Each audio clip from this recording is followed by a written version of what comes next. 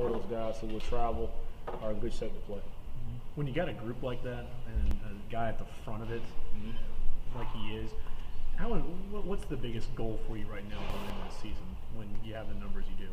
I just take it one day at a time. That's what I tell those guys to focus on. And obviously the game is approaching, but it's not here yet. So we focus on Wednesday and take care of Wednesday, and Thursday, Friday, and execute on game day. So just trying to, taking care of the small stuff and not letting the moment get too big for them, and making the most of every opportunity they have.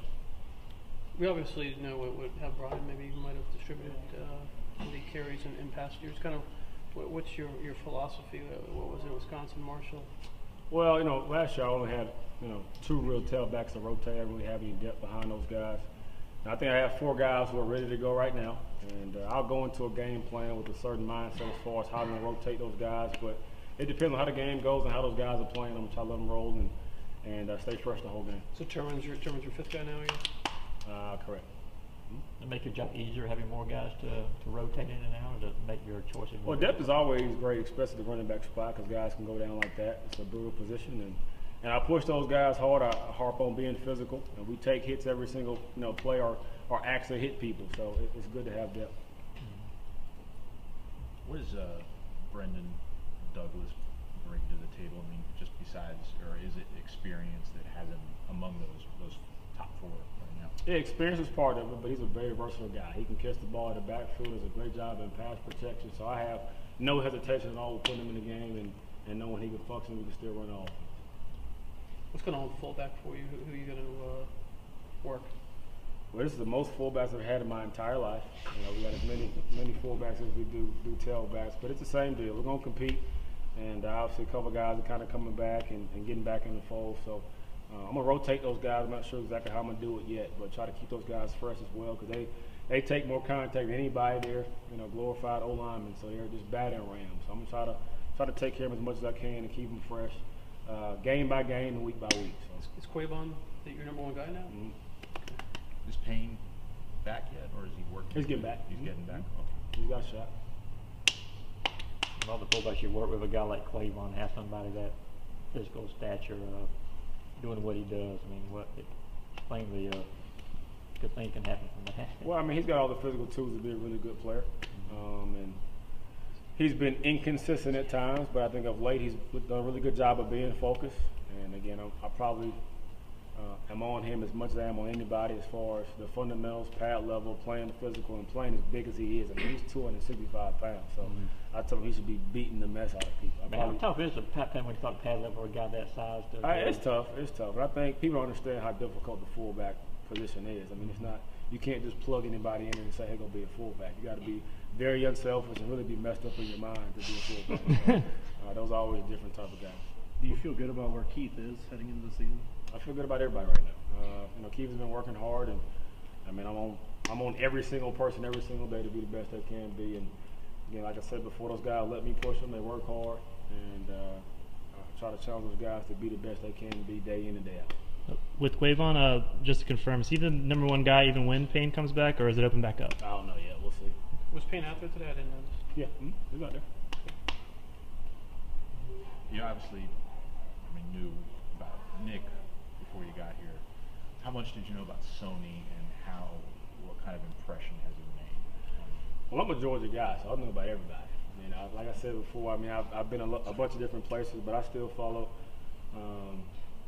the whole team, and probably more specifically the tailback spot. And I obviously talked to McClendon a lot, and we kind of shared some ideas and talked about guys. So I heard a bunch about him last year, heard about him come out of high school. Obviously didn't recruit him, because where I was, I wouldn't have had a shot to get him anyway. But he's very talented, again, a very versatile guy. And all those guys are very coachable. They work hard and understand, I think, what it takes to be very successful at this level.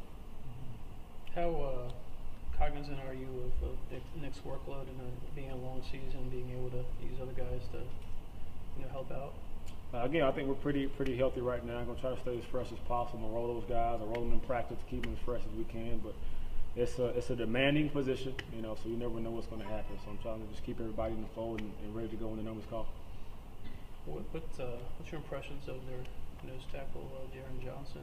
Very impressive, man. He beats the mess out of a lot of people. You watch tape, and I showed, I can't remember what game it was, first day with my guys, kind of talking about the scouting report, and he showed up on almost every single tackle run game wise. So he's very active. Had a very active defense. They move a bunch, so it's going to be a tough test for him. So we're excited about it though. You've heard of a nose tackle leading the team in tackles like he has. I haven't. But again, once you turn the tape on, you can kind of tell why that is.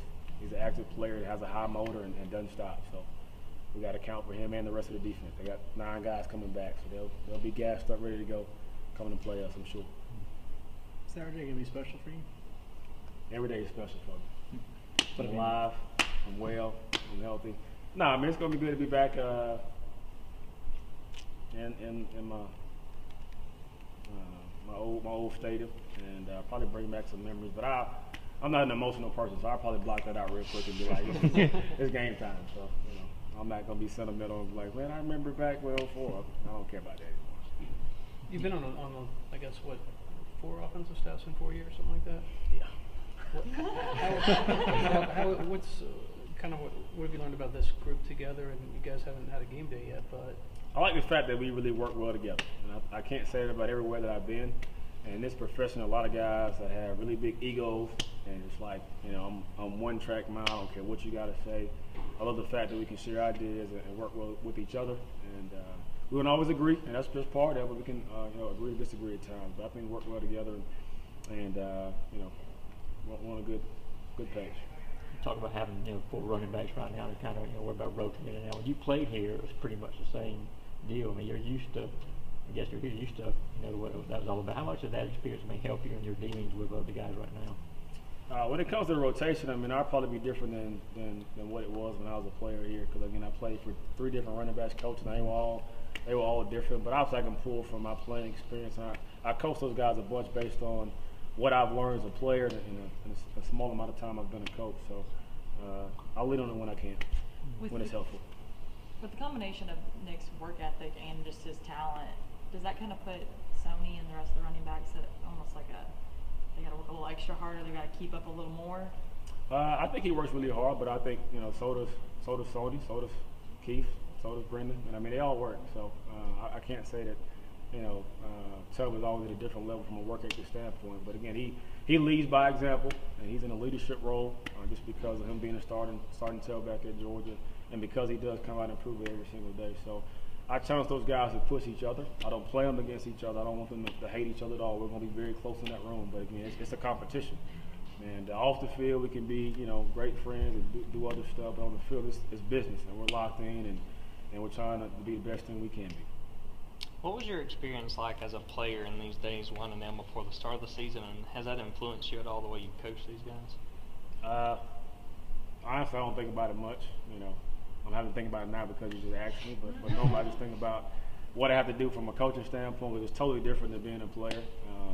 Obviously, as a player here, I had a lot more stuff in my mind than just, coaching football and football. Obviously, I went to school and had a social life and that type of stuff. So obviously, that mindset has changed. But again, I think the attention to detail is going to be the same as it was when I was a player. I still believe in working hard, and can't say that I'm always going to be right or be perfect, but I promise you I will. Always give great effort. That's all I know. That's what my parents taught me. So even if I wanted to, I couldn't get rid of that. You upstairs or downstairs on game day? Upstairs. You the only offensive full-time assistant? Right. So if you see a chair flying, that's probably going to be me. My first time in a box. I don't know what to do. Not gonna be bad as Bobo was. I don't know. I'm not a really sit-down box person. I usually like run around and yell at people for no reason. We could usually hear Bobo whenever something's going on here across the. You'll probably hear me too. All right, cool. Don't judge me because of it.